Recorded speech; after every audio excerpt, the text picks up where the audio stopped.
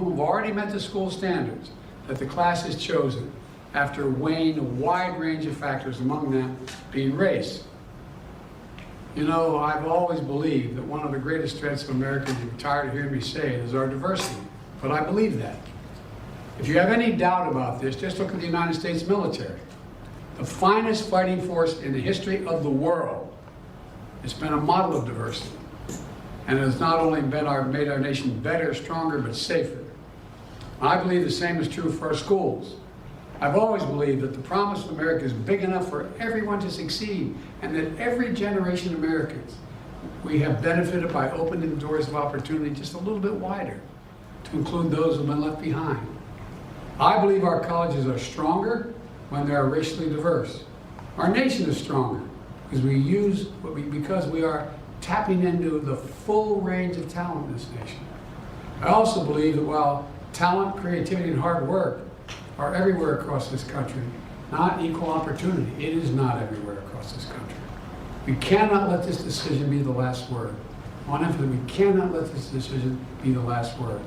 While the court can render a decision, it cannot change what America stands for. America is an idea unique in the world, an idea of hope and opportunity, of possibilities, of giving everyone a fair shot, of leaving no one behind. We've never fully lived up to it, but we've never walked away from it either. We will not walk away from it now. We should never allow the country to walk away from the dream upon which it was founded.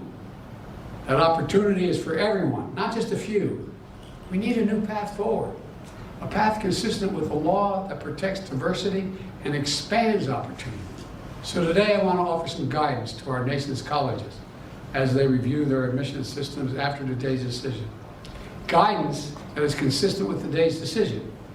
They should not abandon, let me say this again, they should not abandon their commitment to ensure student bodies of diverse backgrounds and experience that reflect all of America. What I propose for consideration is a new standard, where colleges take into account the adversity a student has overcome when selecting among qualified applicants. Let's be clear, under this new standard, just as was true under the earlier standard, students first have to be qualified applicants. They need the GPA and test scores to meet the school's standards.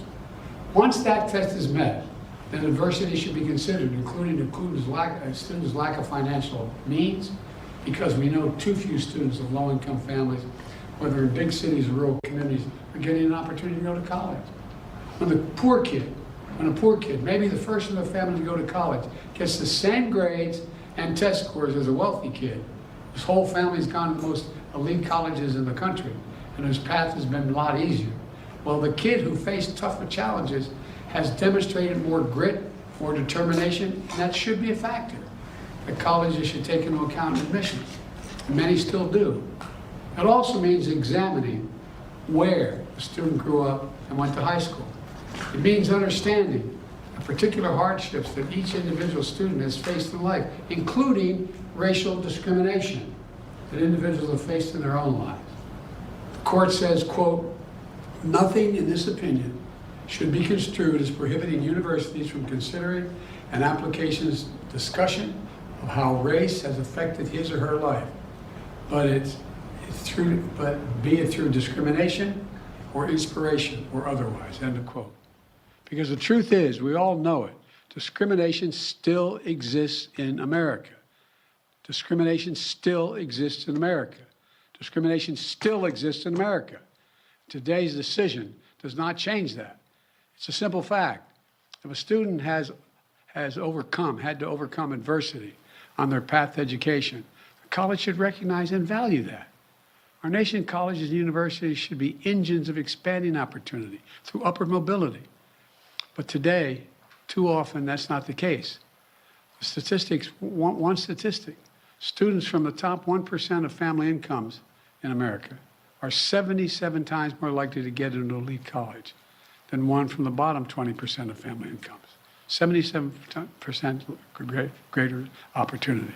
Today, for too many schools, the only people who benefit from the system are the wealthy and the well-connected. The odds have been stacked against working people for much too long. We need a higher education system that works for everyone. from Appalachia to Atlanta and to far beyond. We can and must do better, and we will. Today, I'm directing the Department of Education to analyze what practices help build a more inclusive and diverse student bodies and what practices hold that back. Practices like legacy admissions and other systems that expand privilege instead of opportunity.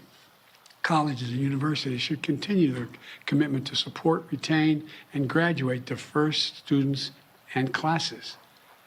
You know, and companies who are already realizing the value of diversity should not use this decision as an excuse to turn away from diversity either. We can't go backwards.